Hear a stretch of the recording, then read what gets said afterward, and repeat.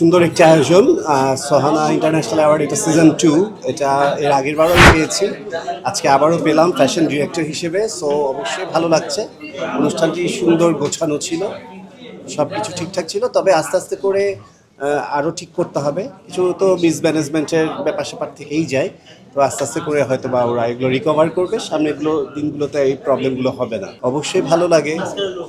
আল্লাহ আসলে এক একজনকে পুরস্কারের জন্য যদি নির্ধারণ করে রাখে যে উনি পুরস্কৃত হবেন বা সম্মান পাবে, তাহলে তো আসলে আর কারো সেখানে কথা বলার কিছু নেই। আউটফিটটা আমি নিজে ডিজাইন করেছি এবং আজকের প্রোগ্রামের জন্যই, এবং মনে হলো যে একটু এক্সপেরিমেন্টাল লুক বা একটু ডিফারেন্ট একটা লুকে বা আউটফিটে যাই না। সো আজকে আমি একটু ডিফারেন্টভাবে আসার চেষ্টা করেছি এবং পুরোটাই আমার এফোর্ট, আমার ডিজাইন এবং আমার যে ড্রেসম্যান, সে খুব সুন্দর করে এটাকে কমপ্লিট করে দিয়েছে। আমার এটা আসলে একেবারেই আমাকে একটি পেজ যারা এই ধরনের এই কাজগুলো করে, শায়ন্তি নাম, ওরা খুব সুন্দর করে বানায়। তো যখন দেখলাম যে আমার হাতে খুব সময় কম, তখন তাদের সাথে কন্ট্যাক্ট করি, তারা আমাকে রেডি করে আমাকে পাঠিয়েছে। আমার এই জুয়েলারিটা স্পন্সর না, আমার তো কেনাটার ঝামেলা কথায় আপনারা জানেন যে আমি সব আমার নিজে ডিজাইন করি। আমার পোশাক আমি পরি, আমার ডিজাইন করেই আমি পরি। সো আমাকে আসলে ওই স্পন্সর আমি খুব একটা প্রেফার করি না, অনেকগুলো কারণেই প্রেফার করি না।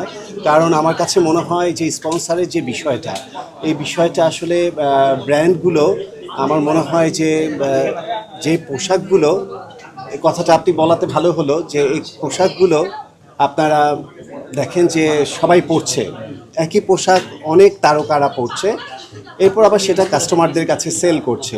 সো এই ক্ষেত্রে আমি খুবই অবাক হই যে সেই একটা মানুষের বিশেষ দিনে, বিয়ের দিনে কিংবা একটা বিশেষ আয়োজনে, যে মানুষটা তার নতুন একটা ড্রেস পরবে বা সেই ড্রেসটা পরে সে বর হবে বা বধূ হবে, সেই ড্রেসটা যখন ব্যবহৃত ড্রেস হয়, সে ব্যাপারটার প্রতি আমি একটু ঘোর প্রতিবাদ জানাই বেসিক্যালি। হ্যাঁ, আমি চাই যে মানুষ নতুন জামা, নতুন ড্রেস পরে তার বিশেষ দিনটি উদযাপন করবে, কোনো ব্যবহৃত পোশাক নয়।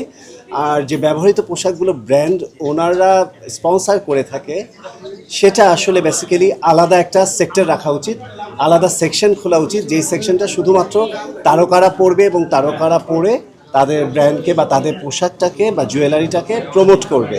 সেগুলোই আবার যখন ঘুরে ফিরে বারবার এক একজন পরে এবং তারপরে আবার কাস্টমার সেল করে, বর বধূরা পরে, আমি এটা একেবারেই পছন্দ করি না। আমি ব্র্যান্ড ওনারদেরকে অনুরোধ করব, আপনাদের এই যে তারকাদের স্পন্সর করা পোশাকগুলো টোটালি আলাদা একটা সেক্টর খুলবেন, যে সেক্টরগুলো শুধুমাত্র তারকারা প্রমোট করার জন্যই ব্যবহৃত হবে, ওগুলো কোথাও সেল হবে না। আসলে আমার কাছে হচ্ছে শীত, গরম, বর্ষা, যেটা বসন্ত, যেটাই হোক না কেন, আমি সবার আগে অ্যাডলফ খান আমার ফ্যাশনটাকে দেখি। আমার ফ্যাশন আমাকে যেখানে বলে যেটা করতে হবে, এটা পড়তে হবে, আমি ঠিক সেটাই ক্যারি করার চেষ্টা করি। অবশ্যই আজকে সামার হলেও এই পোশাকটা ক্যারি করতে আমার খুব একটা কষ্ট হচ্ছে না। ঈদ নিয়ে আমার প্ল্যান হলো পরিবারের সাথে ঈদ করব, কোরবানির যে তাৎপর্য সেটা ঠিকঠাক মতো করে পালন করব পরিবারের সাথে, এবং যা কিছু মুসলিম রীতিনীতি সব কিছু সুন্দর মতো মেনটেন করব। এবং কাজের ভিড়ে, কাজের চাপে যখন প্রিয়জন, কাছের মানুষ, বন্ধুদের সাথে দেখা করতে পারি না, ঈদের ছুটিতে তাদেরকে একটু সময় দিব, দেখা করব, খাবো, ঘুরবো। আর ঈদে বেশ কিছু আমার যে টক শো আসছে বিভিন্ন চ্যানেলে, সেই টক শোগুলো বসে বসে দেখবো।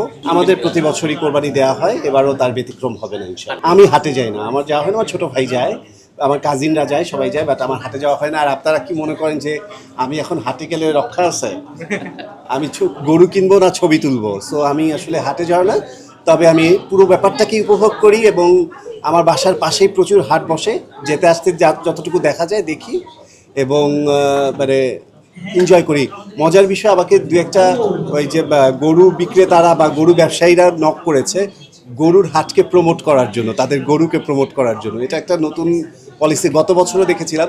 আমি বলেছি ভাইয়া, সব কিছু তো সম্ভব, কিন্তু আসলে এই গরু ছাগল তো প্রমোট করা সম্ভব না। আপনারা আপনাদের হাট করুন, আপনাদের জন্য আমার শুভকামনা রইল, সেটা বলে তাদের কাছ থেকে আমি নিস্তার পেয়েছি আর কি।